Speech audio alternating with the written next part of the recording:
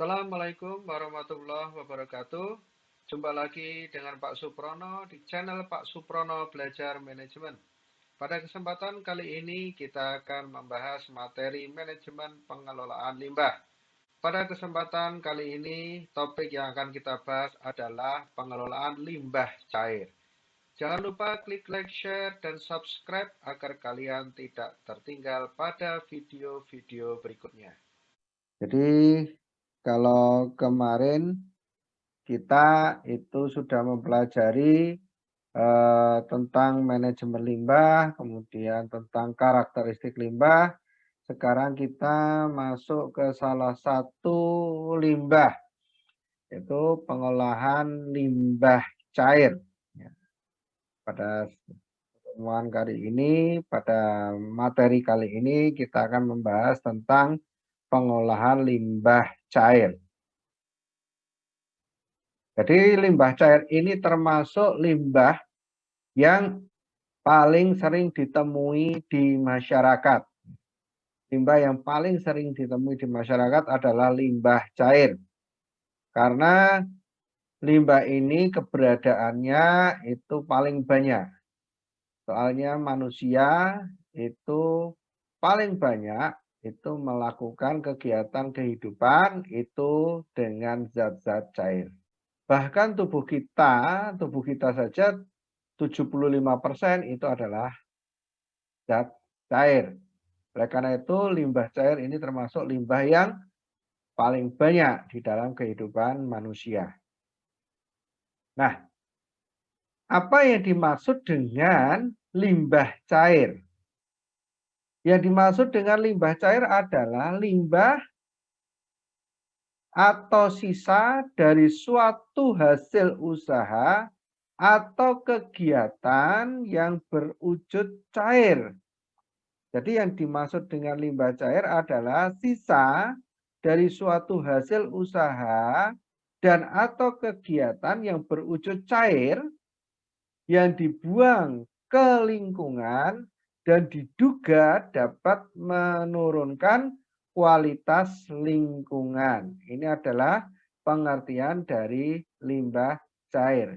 Jadi di sini sisa-sisa suatu hasil usaha, sisa-sisa hasil produksi, sisa-sisa rumah tangga, sisa-sisa suatu kegiatan yang berwujud cair yang dibuang ke lingkungan dan diduga dapat menurunkan kualitas lingkungan.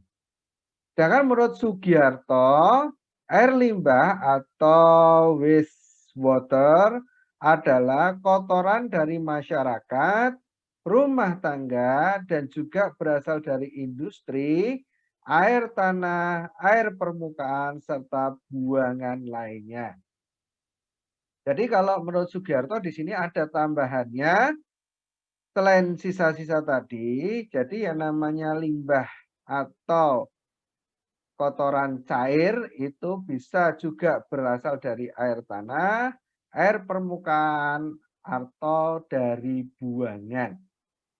Jadi air tanah apabila kondisinya adalah sudah terjadi pencemaran yang cukup luar biasa, itu juga menjadikan limbah cair. Juga air permukaan yang sering ada campuran limbah itu adalah air permukaan. Nah, air permukaan yang tercemar ini juga menghasilkan yang namanya limbah cair. Jenis-jenis limbah cair. Nah, limbah cair di sini bisa berasal dari domestik. Seperti dulu sudah kita bahas, domestik adalah rumah tangga dan bisa berasal dari industri. Dari rumah tangga ini biasanya hasil pencucian, ya, hasil cuci pakaian, kemudian cuci piring, dan sebagainya, dan limbah industri. Limbah industri yang menggunakan industri-industri yang menggunakan zat-zat cair. Seperti yang zat cair yang berupa pewarna ini juga bisa menghasilkan limbah. Atau zat cair yang menggunakan reaksi-reaksi kimia ini juga bisa menghasilkan limbah. Jadi limbah cair di sini bisa berasal dari rumah tangga dan bisa juga berasal dari industri. Kadang-kadang dari sisi rumah tangga, kadang-kadang kita tidak sadar bahwa itu adalah akan menghasilkan limbah. Oleh karena itu rumah yang bagus itu akan ditata sedemikian rupa sehingga cairan-cairan yang itu merupakan cairan limbah itu akan terbuang dengan sempurna sesuai dengan peruntukan masing-masing. Jadi seperti dari kamar mandi. Dari kamar mandi di situ akan dibangunkan yang namanya septic tank. Septic tank ini dalam rangka untuk memisahkan limbah padat dari kamar mandi dengan limbah cair.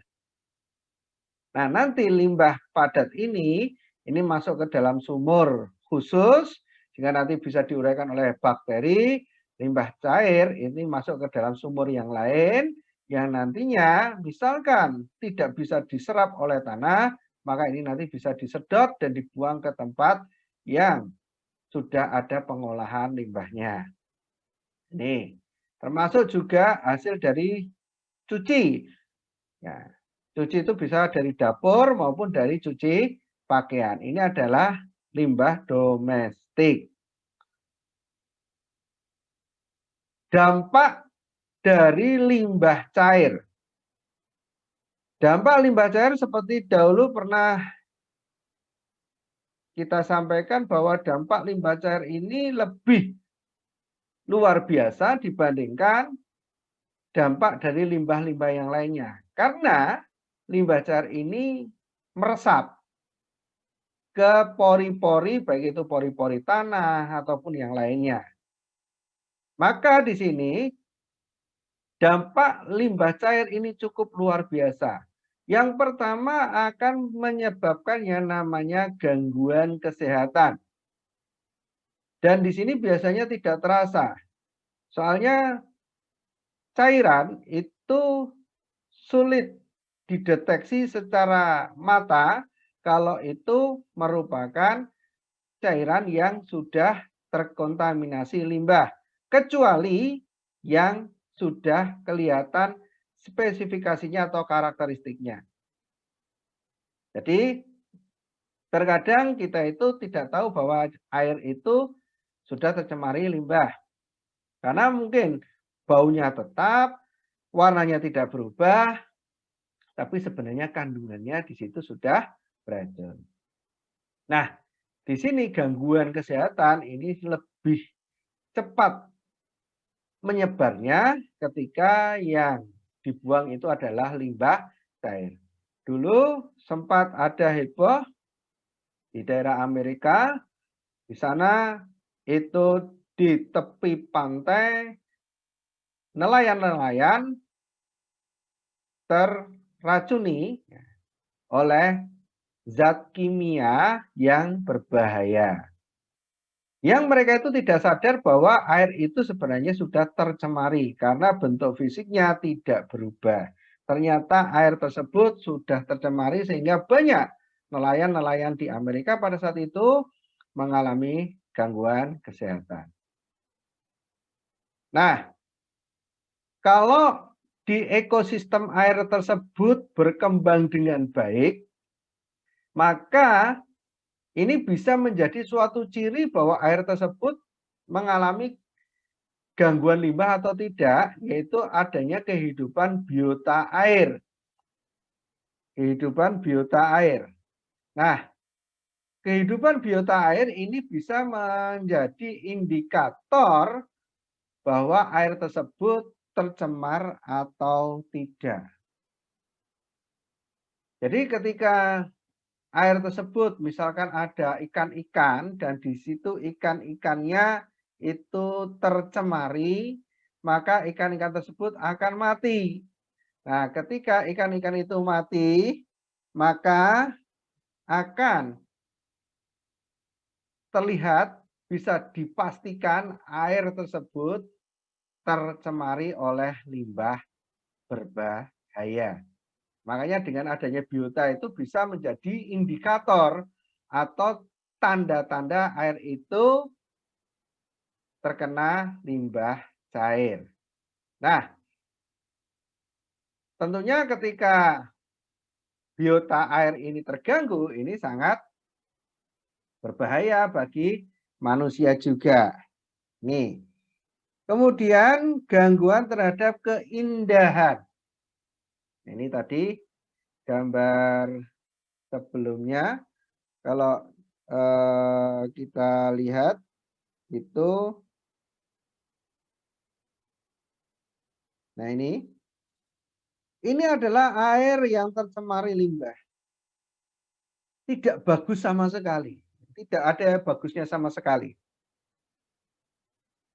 Kejernihan, keindahan alam itu akan tidak tampak dan menjadi suatu hal yang buruk untuk dipandang. Makanya di sini gambarannya ini tidak begitu menarik untuk dijadikan misalkan objek foto atau untuk pariwisata, itu tidak menarik. Karena memang di sini tercemari limbah. Belum dari sisi baunya. Kalau itu menghasilkan bau. Dari sisi penampakannya aja sudah tidak menarik. Jadi adanya limbah cair ini juga akan mengganggu keindahan. Nah, beberapa zat yang merusak alam melalui limbah cair ini, itu ada yang merusak benda-benda, membuat benda-benda menjadi korosif, dan sebagainya. Ini dampak dari limbah cair. Nah, ini gambarannya. Nih, ikan-ikan menjadi mati, ya. Pemandangan tidak enak. Ini contoh korosif tuh ini. Ini logam terkena air limbah menjadi korosif.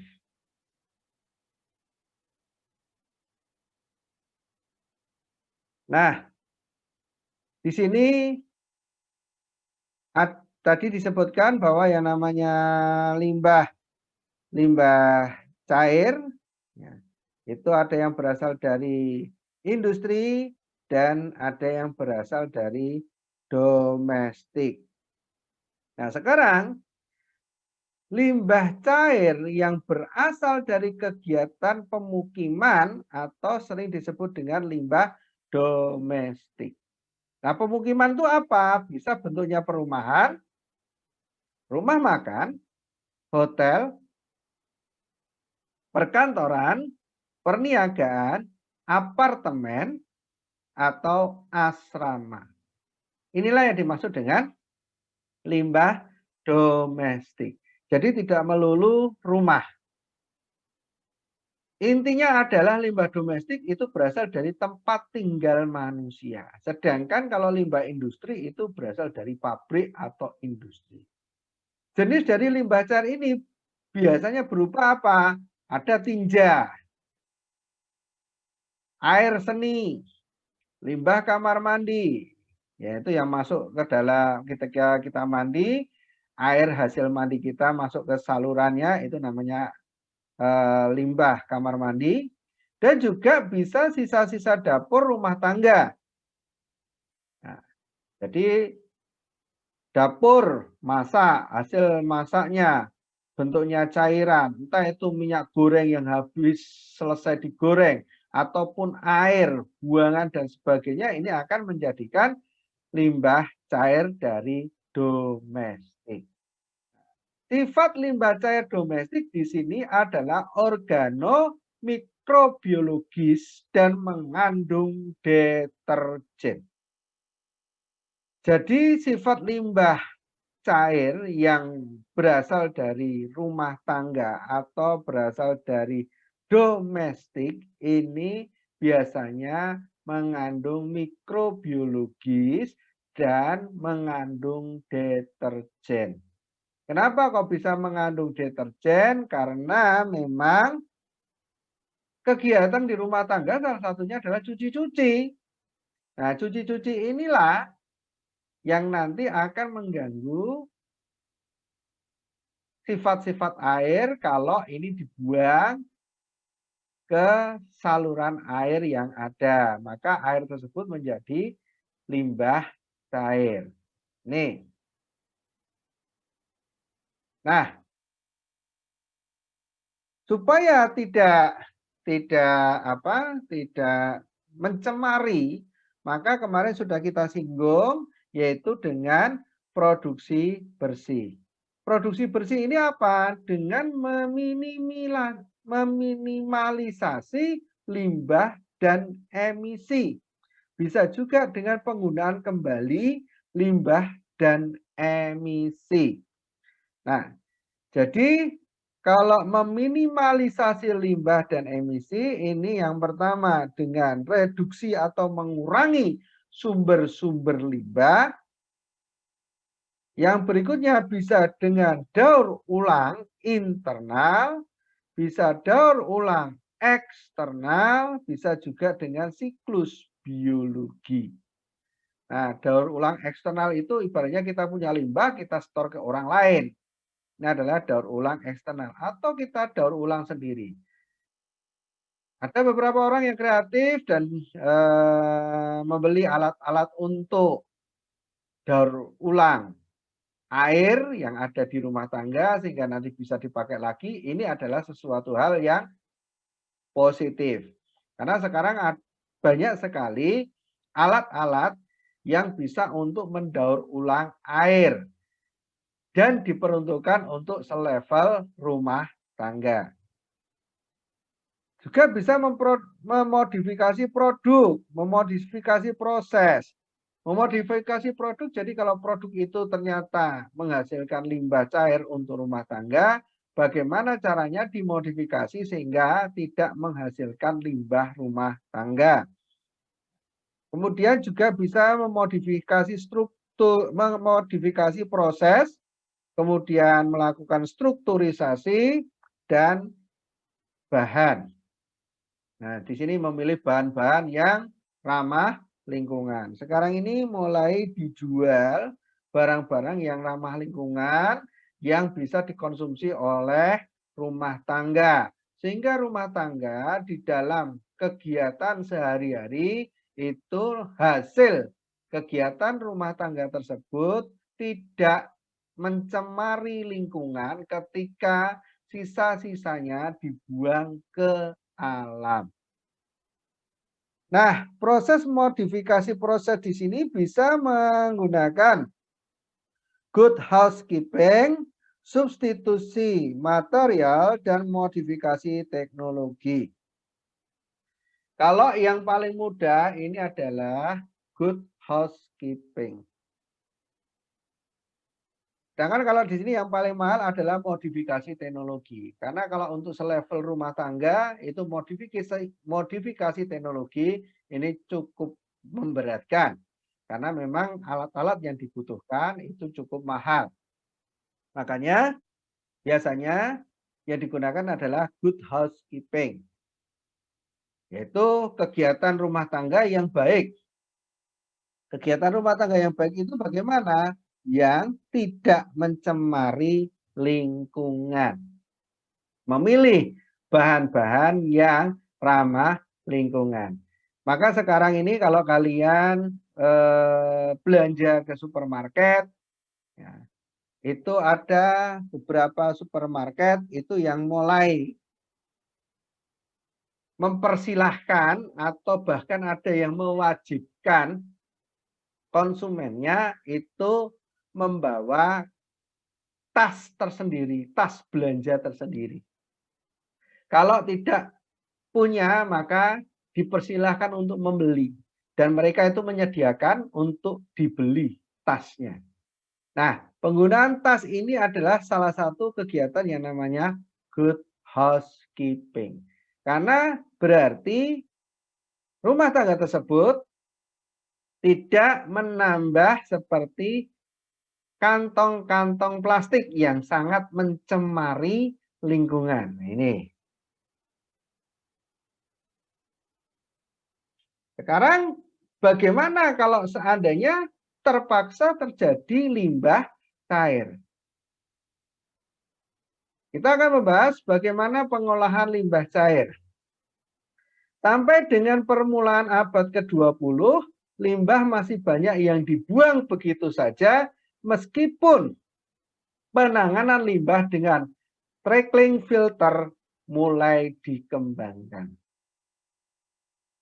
Jangankan awal abad 20, sampai detik ini pun masih banyak limbah cair yang dibuang begitu saja ke alam tanpa terlebih dahulu diolah. Nah, ini biasanya alasannya adalah klasik seperti yang kemarin sudah kita bahas. Alasannya biasanya apa? Mahal. Karena proses daur ulang limbah cair itu mahal. Alat-alatnya mahal. Ya. Bahkan ada yang salah satu yang memiliki usaha sempat menyampaikan ke saya, wah itu untuk mengolah limbah cair itu mahal banget. Bayarnya mahal, prosesnya mahal, semuanya mahal.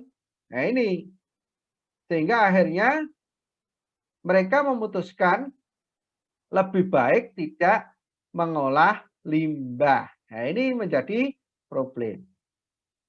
Alat trickling filter ini alat yang rumahan saja, yang untuk rumah tangga saja, ini harganya jutaan rupiah.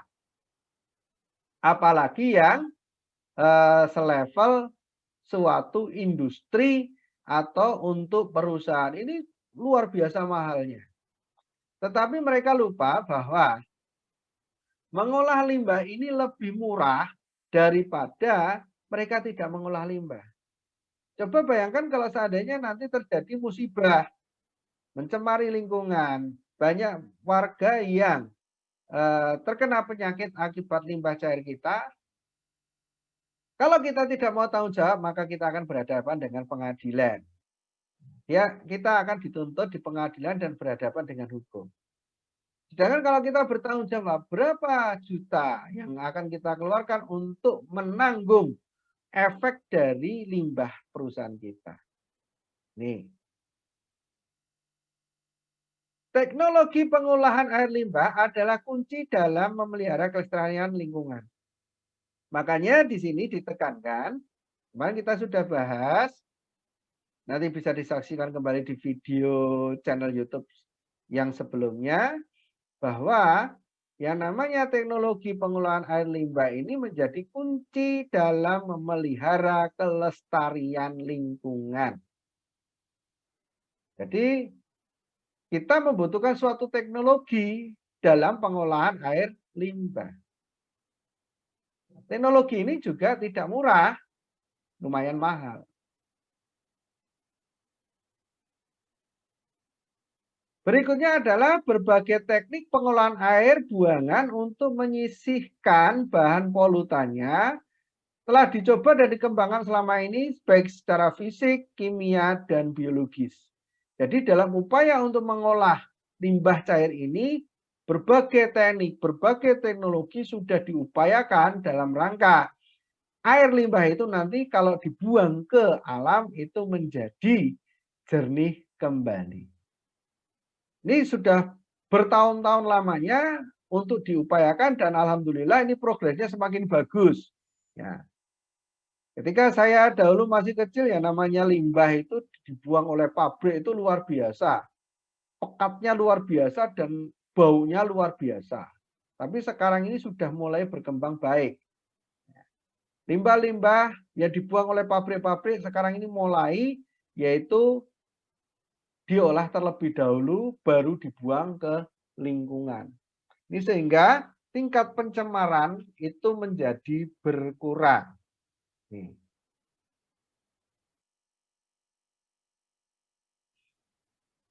Yang pertama adalah pengolahan secara fisik. Pengolahan limbah cair secara fisik sebenarnya adalah proses pemisahan bagian-bagian limbah yang tidak larut dalam limbah sehingga tidak mengganggu proses pengolahan berikutnya.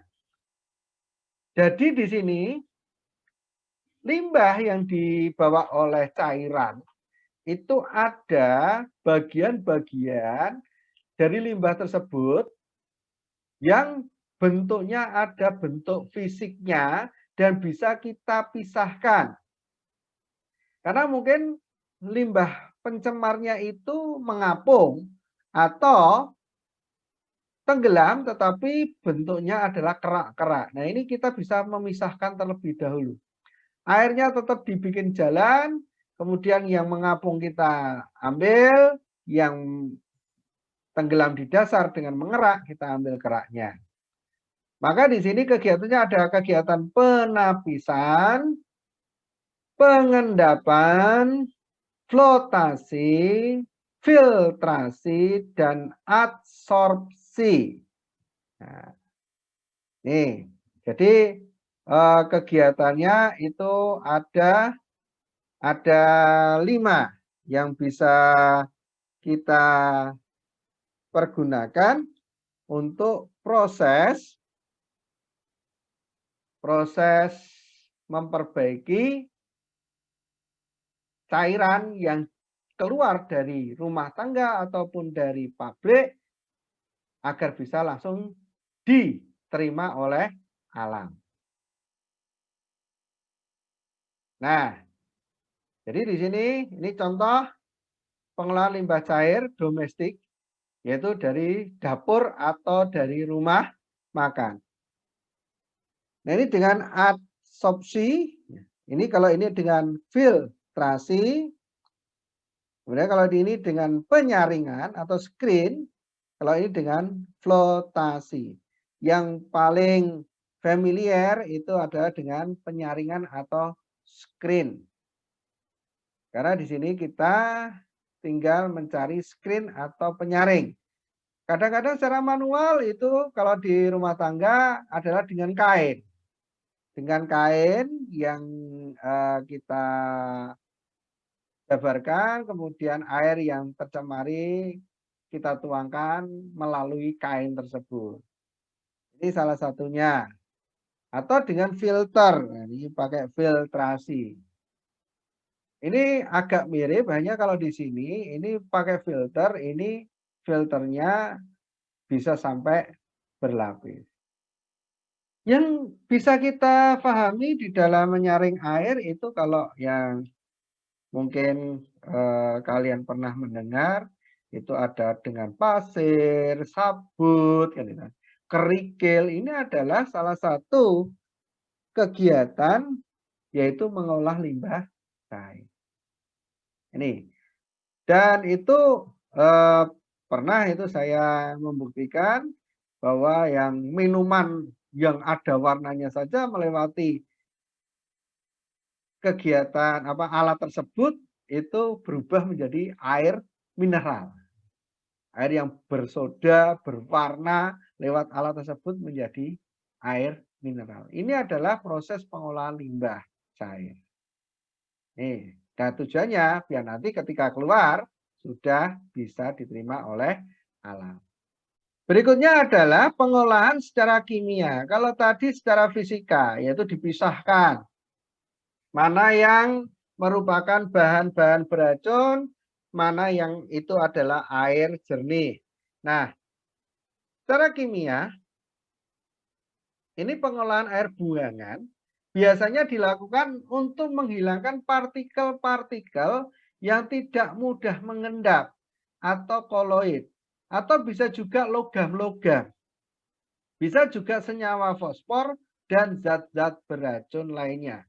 Jadi pengolahan secara kimia ini dilakukan dalam rangka menghilangkan partikel-partikel yang tidak bisa mengendap. Nah, kadang partikel ini kalau secara kimia ini harus dilakukan karena secara fisika partikel ini tidak lolos. Masih bisa mencemari air walaupun sudah melalui tahap penyaringan atau melalui tahap pengolahan secara fisika tadi. Maka ini perlu dilakukan tindakan yaitu dengan pengolahan secara kimia. Nah, pengolahan secara kimia ini bisa dilakukan dengan netralisasi dan koagulasi. Jadi menggunakan zat-zat yang bisa menetralkan air yang beracun tersebut, sehingga ketika dibuang ke alam, air tersebut menjadi air yang ramah lingkungan. Pengolahan secara kimia di sini, pengolahan air buangan biasanya dilakukan untuk menghilangkan partikel tadi, ya, dengan membubuhkan bahan kimia tertentu yang diperlukan. Jadi supaya ini mengendap seperti ini adalah contoh air yang beracun. Kita tuangkan zat, ya. Kita tuangkan zat di sini, kemudian partikel-partikel yang logam tadi itu menjadi mengendap. Nih, menggunakan zat-zat kimia tertentu. Nah, penyisian bahan tersebut pada prinsipnya berlangsung melalui perubahan sifat bahan-bahan tersebut, yaitu dari tak dapat diendapkan menjadi dapat diendapkan. Nah, ini adalah dengan koagulasi. Baik dengan atau tanpa reaksi, oksidasi, atau reduksi, dan juga berlangsung sebagai hasil oksidasi. Jadi pengolahan limbah cair secara kimiawi ini nanti dilakukan dengan cara yaitu mengendapkan, tetapi mengendapkannya dengan zat-zat kimia. Karena tidak dengan zat-zat kimia ini tidak akan mengendap seperti ini. Karena nanti pasti masih lolos dari proses penyaringan. Masih lolos dari proses penyaringan yang itu bisa menimbulkan masalah di kemudian hari. Makanya di sini menggunakan zat-zat kimia. Ini zat-zat kimia. Ini banyak sekali zat-zat kimia yang bisa kita beli untuk mengendapkan limbah-limbah cair. Berikutnya pengelolaan secara biologis. Jadi di dalam pengelolaan secara biologis, semua air buangan yang biodegradable dapat diolah secara biologi. Sebagai pengelolaan sekunder, pengolahan secara biologi dipandang sebagai pengolahan yang paling murah dan efisien. Pada dasarnya, pengolahan secara biologi dapat dibedakan menjadi dua jenis, yaitu yang pertama, reaktor pertumbuhan tersuspensi, yaitu dengan suspended growth, dan reaktor pertumbuhan lekat atau attached growth. Pengolahan limbah cair domestik yang berasal dari rumah tangga ataupun restoran ataupun perumahan yang lain. Dalam pengolahan limbah cair secara biologis untuk limbah domestik, di sini melibatkan transformasi kimiawi yang ditimbulkan oleh tindakan organisme hidup. Biasanya dalam pengolahan limbah cair secara biologi memanfaatkan bakteri sebagai pengurai. Bakteri dibagi ke dalam dua jenis, yaitu bakteri aerob dan bakteri anaerob. Jadi inilah kenapa pengolahan limbah cair secara biologis tadi disebutkan yaitu pengolahan yang paling murah, karena di sini memanfaatkan bakteri sebagai pengurainya. Ada bakteri yang membutuhkan oksigen dan ada bakteri yang tidak membutuhkan oksigen.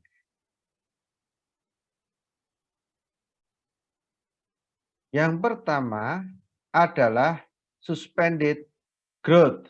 Di dalam suspended growth, mikroorganisme tumbuh dan berkembang dalam keadaan tersuspensi atau tertahan.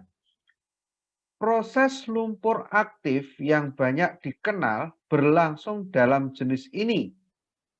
Kolam oksidasi dan lagun, baik yang diaerasi maupun yang tidak, juga termasuk dalam jenis reaktor pertumbuhan tersuspensi, attached growth. Di dalam reaktor pertumbuhan lekat atau attached growth, mikroorganisme tumbuh di atas media pendukung dengan membentuk lapisan film untuk melekatkan dirinya. Berbagai modifikasi telah banyak dikembangkan selama ini, antara lain dengan trickling filter, cakram biologi, filter terendam, serta reaktor fluidisasi. Jadi di sini kalau yang tadi suspend growth itu tidak membutuhkan media. Kalau yang attached growth di sini membutuhkan media.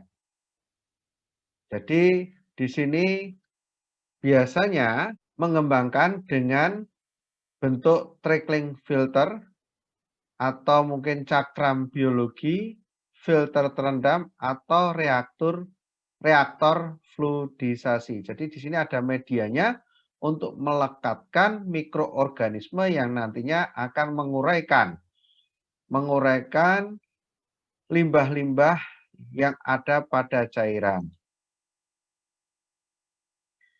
Berikutnya adalah pengolahan aerob, yaitu menggunakan bakteri yang membutuhkan oksigen.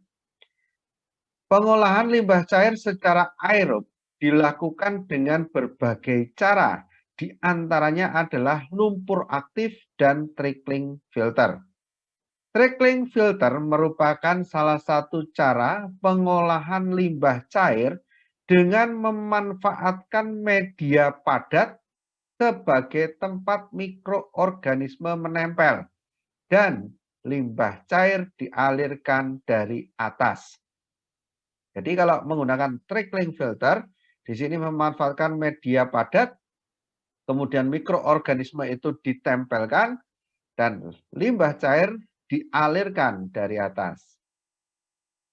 Activated sludge atau lumpur aktif adalah proses penanganan limbah di mana udara atau oksigen akan masuk ke dalam cairan limbah untuk mengembangkan pembentukan vlog biologis sehingga mengurangi kandungan organik dalam limbah. Jadi di sini kalau menggunakan lumpur aktif ini nanti tujuannya mengurangi kandungan organik dalam limbah tersebut. Sehingga nanti ketika limbah tersebut dilepas ke alam itu menjadi aman. Nah ini contoh bentuk pengolahan secara aerob yaitu dengan trickling filter. Ini yang trickling filter. Kemudian yang sebelah kanan ini adalah dengan activated sludge. Nah, di sini ini media padatnya. Ini media padatnya. Kemudian ini adalah air limbahnya. Ini air limbahnya. Jadi air limbahnya ini dialirkan dari atas melewati media ini. Nah, maka di sini nanti air yang sudah melalui proses filter trickling ini kemudian nanti dialirkan ke bawah di sini. Nah, ini nanti ada yang bentuknya ada hasilnya lumpurnya nanti dibuang di sini. Kemudian airnya,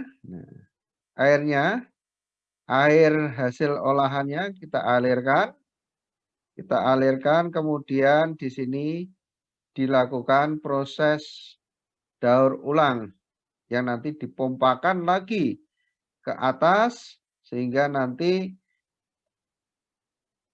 air yang dihasilkan itu betul-betul jernih. Sedangkan kalau pakai activated sludge, yaitu dengan lumpur aktif, sebenarnya prinsipnya hampir sama. Air dilewatkan ke tangki aerasi, kemudian di sini ke clarifier settler akan menghasilkan yang namanya air hasil olahan. Kemudian lumpurnya kemudian didaur ulang lagi untuk nantinya digunakan untuk pengolahan air kembali. Jadi limbah lumpur yang dihasilkan nanti untuk pengolahan lumpurnya kembali. Lagun. Ini pengolahan air limbah secara biologi aerob dengan model aerated lagoons atau basins. Membutuhkan luas lahan yang cukup besar. Hal ini dilakukan mengingat jumlah air limbah yang akan dilakukan pengolahan sangat besar. Pada model ini dapat terjadi dua proses, yaitu proses aerob dan proses fakultatif.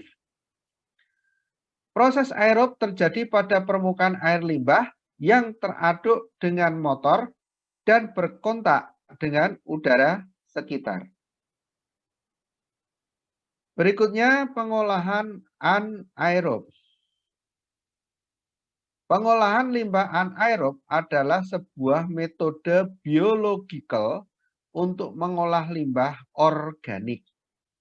Produk akhir dari degradasi anaerob adalah gas. Paling banyak metana atau CH4, karbon dioksida CO2, dan sebagian kecil hidrogen sulfid atau H2S dan hidrogen H2. Proses yang terlibat dalam fermentasi asam dan fermentasi metana. Jadi dalam pengolahan anaerob ini yang tidak membutuhkan zat O2 di sini, pengolahan limbah anaerob ini nanti mengolah limbah yang organik. Di mana nanti hasilnya itu adalah dalam bentuk ada gas, baik itu gas metana, karbon dioksida, hidrogen, dan hidrogen sulfid. Nah, proses ini adalah sering disebut dengan fermentasi. Ada nanti fermentasi asam yang nanti menghasilkan ada hidrogen sulfid, kemudian ada fermentasi metana yang nanti menghasilkan salah satunya adalah CH4. Demikianlah pembahasan materi pengelolaan limbah cair pada kesempatan kali ini. Kita nantikan video-video berikutnya. Jangan lupa klik like, share, dan subscribe agar kalian tidak tertinggal pada video-video selanjutnya. Kurang lebihnya mohon maaf. Akhirul kalam. Wabillahi taufiq wal hidayah. Assalamualaikum warahmatullahi wabarakatuh.